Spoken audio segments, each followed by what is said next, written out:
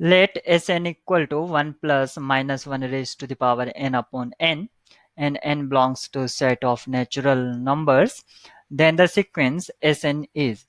तो हमें एक Sn सीक्वेंस यहाँ पर गिवन है और आपसे पूछा गया है कि सीक्वेंस जो है मोनोटोनिकली इंक्रीजिंग होगी and is convergent to 1, monotonically decreasing and is convergent to 1, neither monotonically increasing nor monotonically decreasing but is convergent to 1 और डाइवर्जेंट। यानी कि सबसे पहले तो आप इन चारों ऑप्शन से ये आइडिया लगा सकते हैं कि उसकी कन्वर्जेंस की बात करी गई है और फिर उसके मोनोटोन्स की बात करी गई कि मोनोटोनिकली इंक्रीजिंग होगी या डिक्रीजिंग होगी। तो सबसे पहले हम ये जो सीक्वेंस है उसको देख लेते हैं। तो जब भी आपको सीक्वेंस इस टाइप में मिले minus one raise to the power n upon n, तो इसको आप ब्रेक कर लीजिए इवन और ऑड में, यानी कि जो टर्म्स हैं उसमें वन वन का ही गैप होगा, तो आपको दो सबसिक्वेंस मिल जाएगी एक तरह से। तो इसको हम इस तरह से लिख सकते हैं 1 minus 1 upon n if odd, if n is odd, और 1 plus 1 upon n if n is even.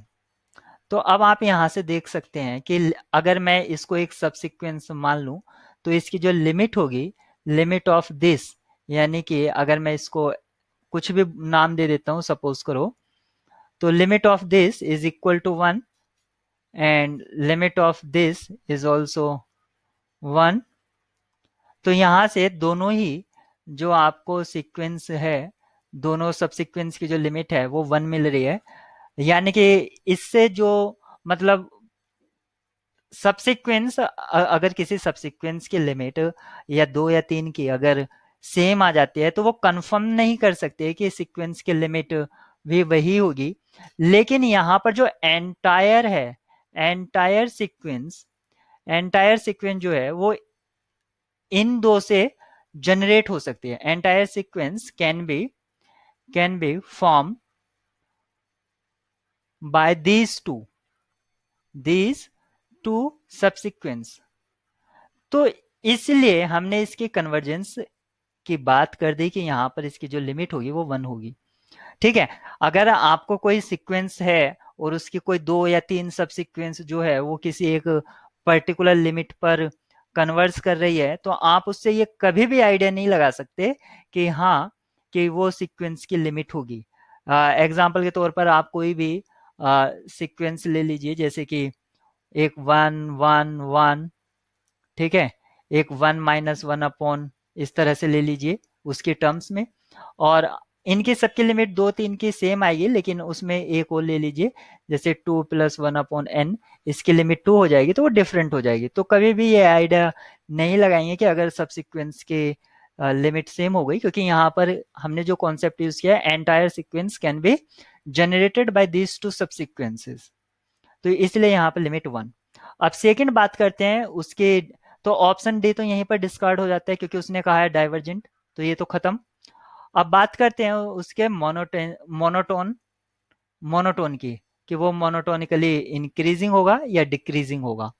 तो यहाँ पर आप देखिए जो हमने एस एन को डिफाइन किया गया है यहाँ पर, तो जैसे जैसे हम एन को बढ़ाएंगे, सबसे बड़ा जो यहाँ पर जो छोटा रिजल्ट आएगा वो सबसे बड़े एन से मिलेगा, और सबसे सबसे बड़ा जो एन होगा, सॉरी मैंने क्या बोल दिया, यहाँ पर जो सबसे बड़ा रिजल्ट मिलेगा, यहाँ से जो सबसे बड़ा रिजल्ट मिलेगा, इसका मतलब है इसको सबसे छोटा होना पड़ेगा, और ये सबसे छोटा कब होगा, जब एन इन्फिनिटी को जाएगा। यानी कि इसकी सबसे बड़ी जो वैल्यू हो सकती है वो 1 हो सकती है, और जो लेस वैल्यू होगी वो 0। तो यहाँ से ये 0 और 1 के बीच में रहेगा। और यहाँ पर अगर बात करें तो इस सबसे बड़ी वैल्यू इसकी 2 होगी, और जो लीस्ट वैल्यू होगी वो इसकी 1 होगी, 1 प्लस समथिंग, ये आप समझ सकते हैं। तो यहाँ पर ये आप देखिए, एक बार जो वैल्यू है वो 0 से 1 जाती है और फिर 1 से 2 जाती है। तो यहाँ पर जब ओड होता है तो वो 0 और 1 के बीच में, और ये रहता है, तो ये ना तो मोनोटोनिकली इंक्रीजिंग है ना ही डिक्रीजिंग है, यानी कि 2 से 1 जा रही है। ये क्या जा रही है, 2 से 1। तो 2 से 1 यहाँ पर डिक्रीजिंग आ गया है, और यहाँ 0 से 1 यहाँ पर इंक्रीजिंग आ गया है। तो ऑड में ये इंक्रीज होती है, इवन में ये डिक्रीज होती है, तो यहाँ से पता चल जाता है ना तो ये इंक्रीजिंग है मोनोटोनिकली और ना ही डिक्रीजिंग है। अगर अब भी कुछ डाउट है तो इसमें जो आपको एस एन था, आपको यहाँ से हमने जो एक तरह से ब्रेक के फॉर्म में लिख रखा है, यहाँ से आप टर्म्स निकाल लीजिए। तो जो फर्स्ट टर्म होगी यहाँ से क्या मिलेगा, 0 मिलेगा। फिर अगर आप सेकंड टर्म देखेंगे तो यहाँ पर n के, क्योंकि वो 2 हो जाएगा, तो n की जगह 2 पुट करेंगे तो 1 प्लस हाफ 3/2, यानी कि बढ़ा। अब फिर से ओड पर आएंगे तो यहाँ पर जैसे आप 3 रखेंगे 1 माइनस 1/3, यानी कि 2/3, ये फिर से घट गया। यहाँ बढ़ा, यहाँ पर पॉजिटिव, बढ़ने का मीन्स पॉजिटिव, यहाँ पर घटा मीनिंग निगेटिव। तो आप देख रहे हैं ना तो वो होमोजीनियस वे में बढ़ रहा है, ना ही वो घट रहा है। ठीक है, तो ये ना तो मोनोटोनिकली इंक्रीजिंग है ना ही डिक्रीजिंग है। तो जो पहला ऑप्शन था A, monotonically increasing and is convergent to 1, it is convergent to 1, but end के साथ ये दूसरी कंडीशन भी है, तो दोनों ही ट्रू होनी चाहिए। तो यहाँ पर इंक्रीजिंग का है मोनोटोनिकली, इसलिए ए जो चॉइस था हमारा वो discard. Same monotonically decreasing and convergence to 1, तो बी ऑप्शन भी इसीलिए आपका डिस्कार्ड हो जाता है, क्योंकि एक ही कंडीशन को फुलफिल कर रहा है, दूसरी जो लिखा है मोनोटोनिकली डिक्रीजिंग उसको नहीं। सी हमारा ट्रू हो गया है, ना तो वो मोनोटोनिकली इंक्रीजिंग है ना ही वो डिक्रीजिंग है, और डी पहले ही हमारा डिस्कार्ड हो गया। तो इसकी जो की है, की जो है इसकी वो ऑप्शन सी है।